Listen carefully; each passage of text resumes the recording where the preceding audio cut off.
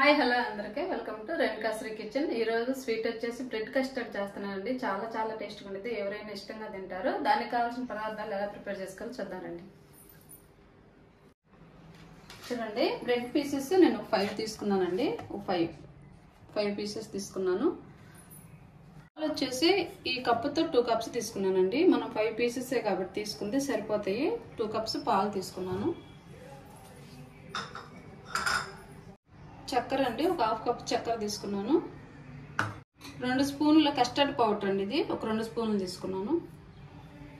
బాదం వచ్చేసి కాజు తీసుకున్నానండి. డ్రై ఫ్రూట్స్ ఏమైనా తీసుకోవచ్చు, మన ఇష్టము. ఇలాచి ఒక 1/2 స్పూన్ విడిగా తీసుకున్నానండి. ఒక 1/4 కప్ పాలు విడిగా తీసుకున్నాను. ఎలా ప్రిపేర్ చేసుకోవాలో చూద్దామండి. 2 కప్స్ పాలు తీసుకున్నా కదా, ఈ పాలు ఒక గిన్నెలో పోసుకొని మనం స్టవ్ పైన పెట్టేసుకుందామండి.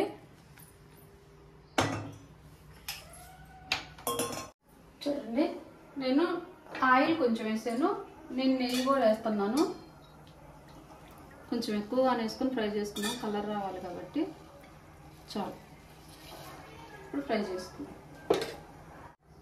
ఆయిల్ హీట్ అయింది కదండి. ఇప్పుడు బ్రెడ్ పీసెస్ వేసి మనం ఫ్రై చేసుకున్నాం. కొంచెం కలర్ వచ్చే వరకు ఫ్రై చేసుకున్నాం. టేస్ట్ బాగుంటుంది. 2 సార్లుగా చేసుకుందాం.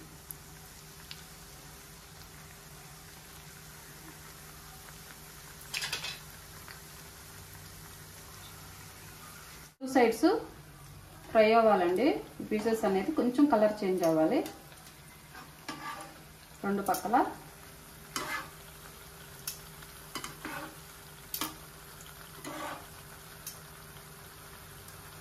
ఈ కలర్ వస్తే బాగుంటాయి.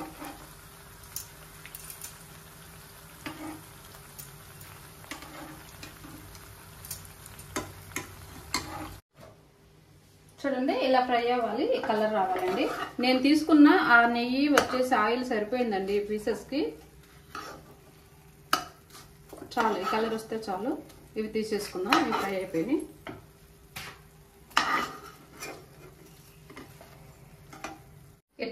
ఇట్లా ఫ్రై చేసి పెట్టుకున్నాం కదా. పాలు కూడా పొంగొచ్చినాయి. పాలు అనేది మనం ఇట్లా తిప్పుకుంటా ఉండాలండి, మేకడ కట్టకుండా. ఇట్లా సైడ్స్ ఇట్లా లాగుతా, ఒకసారి ఇట్లా తిప్పుతా. మరిగిపోయి మన కస్టర్డ్ పౌడర్ ఉంది కదా, ఇది 2 స్పూన్లు తీసుకున్నాం కదండి. దీనిలో వచ్చేసి మనం 1/4 కప్పు పాలు తీసి పెట్టుకున్నాం కదా, అవి వేసుకొని ఇట్లా. మనకి ప్యాకెట్ పాలు కన్నా మనం ఇంటి దగ్గర పోయించుకునే పాలే టేస్ట్ బాగుంటాయండి. మీకు దొరకనప్పుడు ప్యాకెట్ పాలతో అయినా చేసుకోవచ్చు. ఇట్లా ఉండలు లేకుండా తిప్పేసి మనం మరుగుతున్న పాలల్లో పోసుకోవాలి.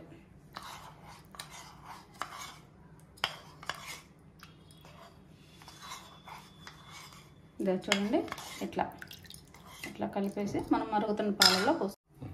చూడండి, ఇట్లా మరుగుతూ ఉన్నాయి కదా. ఇప్పుడు మనం ఈ పాలు పోసుకొని ఉండలు లేకుండా తిప్పుకోవాలి.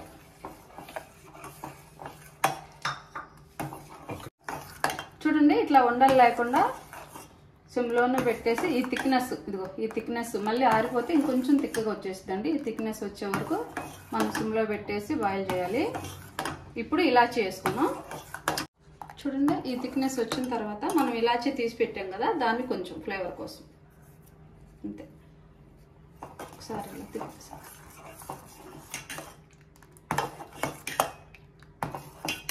ఇంకా ఆపేసేద్దాం. వేడి మీద పొయ్యకూడదండి. మనం ఫ్రై చేసిన బ్రెడ్ల పైన కొంచెం వెచ్చగా, గోరువెచ్చగా ఉన్నప్పుడు పోసుకోవాలి. ఆపేస్తున్నాను, అంతే, అయిపోయింది. మన స్వీట్కు కొంచెం చక్కెర అండి, కొంచెం చాలు, సరిపోయింది. స్వీట్కి సరిపోయినంత చక్కెర వేసుకోవటం, కరిగిపోయింది ఆ వేడికి.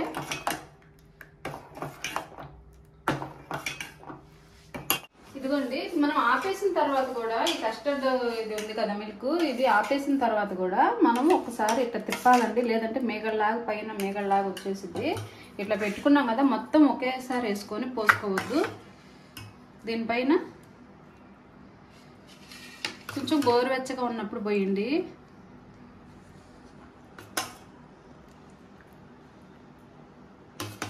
కొంచెం బ్రెడ్ పీసు కనిపించేటట్టు పోస్తే చూసేదానికి బాగుంటుంది.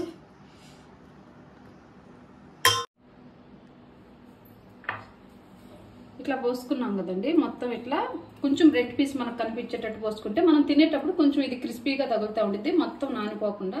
పైన మనం కట్ చేసి పెట్టిన డ్రై ఫ్రూట్స్ వేసుకున్నాం, మన ఇష్టం అండి. పిస్తా అట్లాంటివి కూడా వేసుకోవచ్చు. నేనైతే బాదము కాజునే వేస్తున్నాను. ఎన్ని వేసుకుంటే టేస్ట్ ఎక్కువగా ఉంటుంది. అయిపోయింది. చాలా ఈజీ అండి. మనకి ఎప్పుడైనా స్వీట్ తినాలనిపించినప్పుడు ఇట్లాంటివి చేసుకోవచ్చు.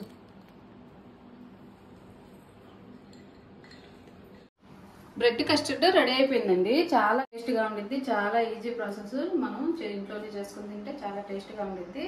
సరే టేస్ట్ చూద్దాము. కూల్గా ఉంటే చాలా టేస్ట్ అండి. మనం చేసుకున్నాక ఫ్రిడ్జ్ లో పెట్టుకుని 1 అవర్ తర్వాత తింటే ఇంకా చాలా బాగుండిద్ది. టేస్ట్ చూసి ఎలా ఉందో చెప్తానండి.